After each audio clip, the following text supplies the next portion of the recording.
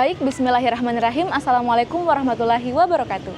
Perkenalkan, nama saya Ragita Cahyani dengan NIM 70100122061 dari kelas A Farmasi Angkatan 2022.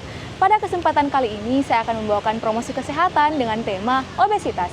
Nah, selain promosi kesehatan, saya juga menyediakan pre-test dan post-test untuk menilai bagaimana perkembangan pengetahuan dari teman-teman yang mendapatkan promosi kesehatan mengenai obesitas. Penasaran dengan videonya? Yuk simak lebih lanjut. Baik, bismillahirrahmanirrahim. Assalamualaikum warahmatullahi wabarakatuh. Sebelumnya perkenalkan, nama saya Ragita Cahyani. Saya berasal dari program studi farmasi Fakultas Kedokteran dan Ilmu Kesehatan UIN Alauddin Makassar. Nah, di sini saya akan menjelaskan terkait obesitas. Apakah teman-teman sebelumnya pernah dengar terkait obesitas? Oke, baik. Sebelum melangkah lebih lanjut ke materi kita hari ini, mungkin teman-teman bisa mengisi terlebih dahulu kuesioner dan juga pretest yang saya kirimkan ke grup WA teman-teman. Mungkin bisa dibuka HP-nya terlebih dahulu.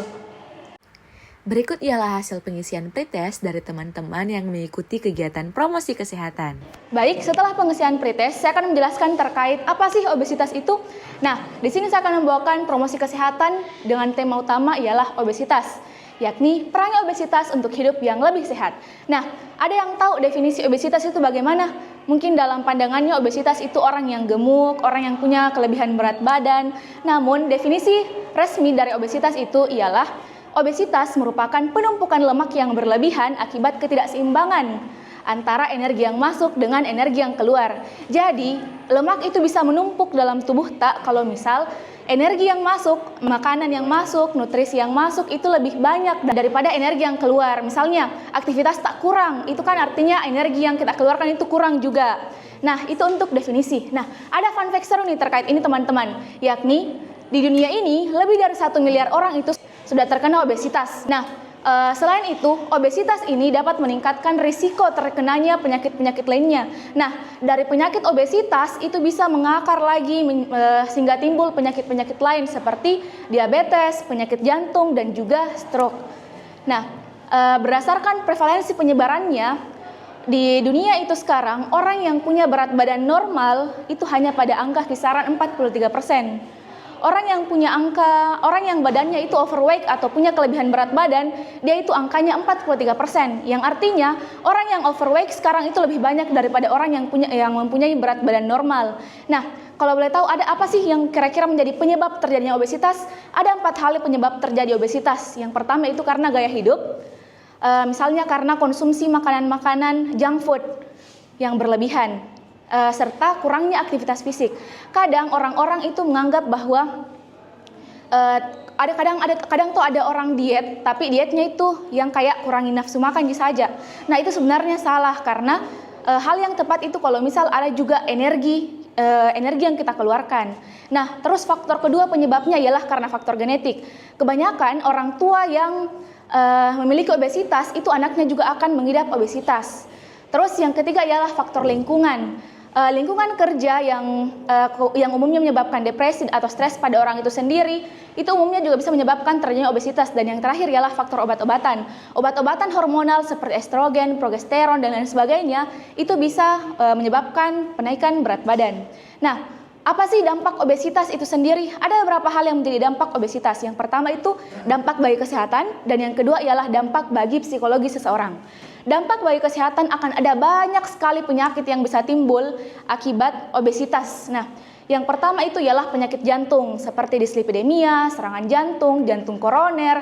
Itu semua akan terjadi, salah satunya ialah akibat adanya penumpukan lemak berlebih di aliran darah. Terus ada juga diabetes tipe 2, ada hipertensi atau tekanan darah tinggi, ada osteoartritis yang umumnya terjadi di lutut. Terus ada juga gangguan pernapasan ketika tidur atau kita kenal sebagai sleep apnea, dan ada juga perburukan asma bagi mereka yang mengidap asma, serta ada gangguan menstruasi pada wanita dan stroke yang terakhir.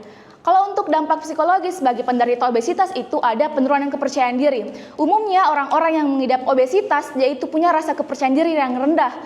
Mereka lebih cenderung malu untuk tampil di depan umum, untuk tampil di depan publik karena tampilan fisiknya. Karena seperti yang kita ketahui, salah satu hal yang menyebabkan perundungan yang paling utama itu karena faktor fisik.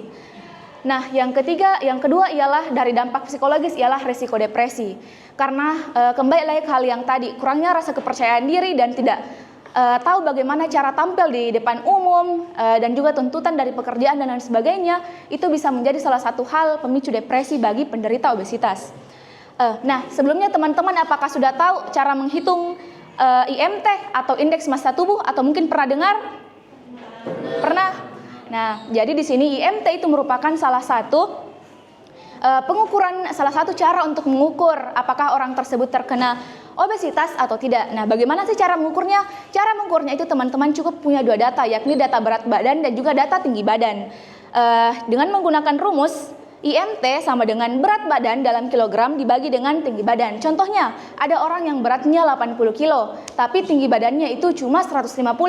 Cara hitungnya itu 80 kg dibagi dengan 1,5, kan 150 cm itu sama dengan 1,5 meter. Nah, jadi dibagi itu 80 dibagi 1,5 dipangkat 2 kan. Nah, itulah hasil untuk IMT-nya. Misal, orang tersebut tadi itu masuk ke dalam nilai IMT-nya itu dia dapat di atas 30. Berarti orang tersebut itu tergolong ke dalam obesitas tingkat 2. Begitu seterusnya.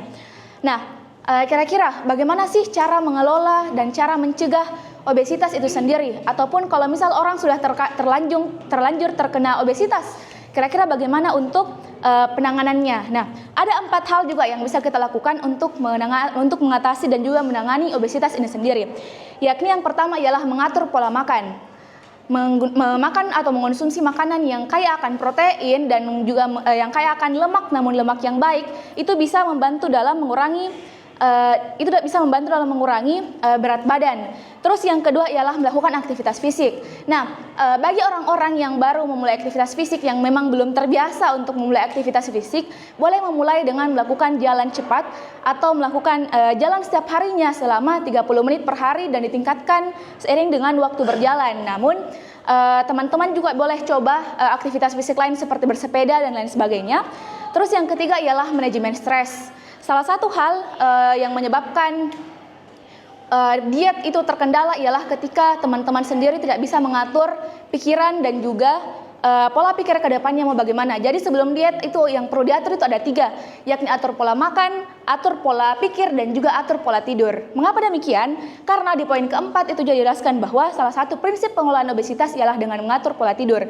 Mungkin teman-teman ada yang suka begadang di sini? Saya tidak pernah tidur. Mungkin kalau yang cewek-cewek kalau begadang biasa yang kayak rasa lapar tengah malam, mau nyemil tengah malam. Nah, kalau misal kadar hormon leptin ini terganggu, itu bisa tingkatkan juga nafsu makan. Pak, itu kenapa tiba-tiba tengah malam mau tiba-tiba nyemil, itu gara-gara hal itu. Nah, jadi itu 4 hal yang bisa dilakukan kalau misal teman-teman mau cegah dan juga mau tangani terkait obesitas, yakni mengatur pola makan, mengatur aktivitas fisik dengan melakukan manajemen stres dan juga pola tidur.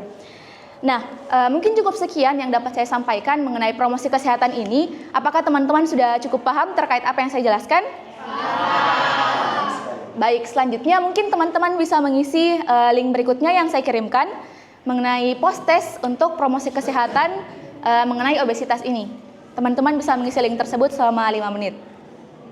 Berikut ialah hasil pengisian post-test dari teman-teman yang mengikuti kegiatan promosi kesehatan. Baik, terima kasih atas waktu yang telah diberikan kepada saya. Semoga apa yang saya berikan ini bisa bermanfaat bagi teman-teman, dan kiranya apabila ada kesalahan dari saya mohon maaf atas hal tersebut, dan apabila ada kelebihan itu semua datangnya dari Allah Subhanahu wa taala. Wabillahi taufiq wal hidayah. Wassalamualaikum warahmatullahi wabarakatuh. Waalaikumsalam warahmatullahi wabarakatuh. Baik, itulah tadi kegiatan promosi kesehatan yang telah saya lakukan, utamanya mengenai obesitas.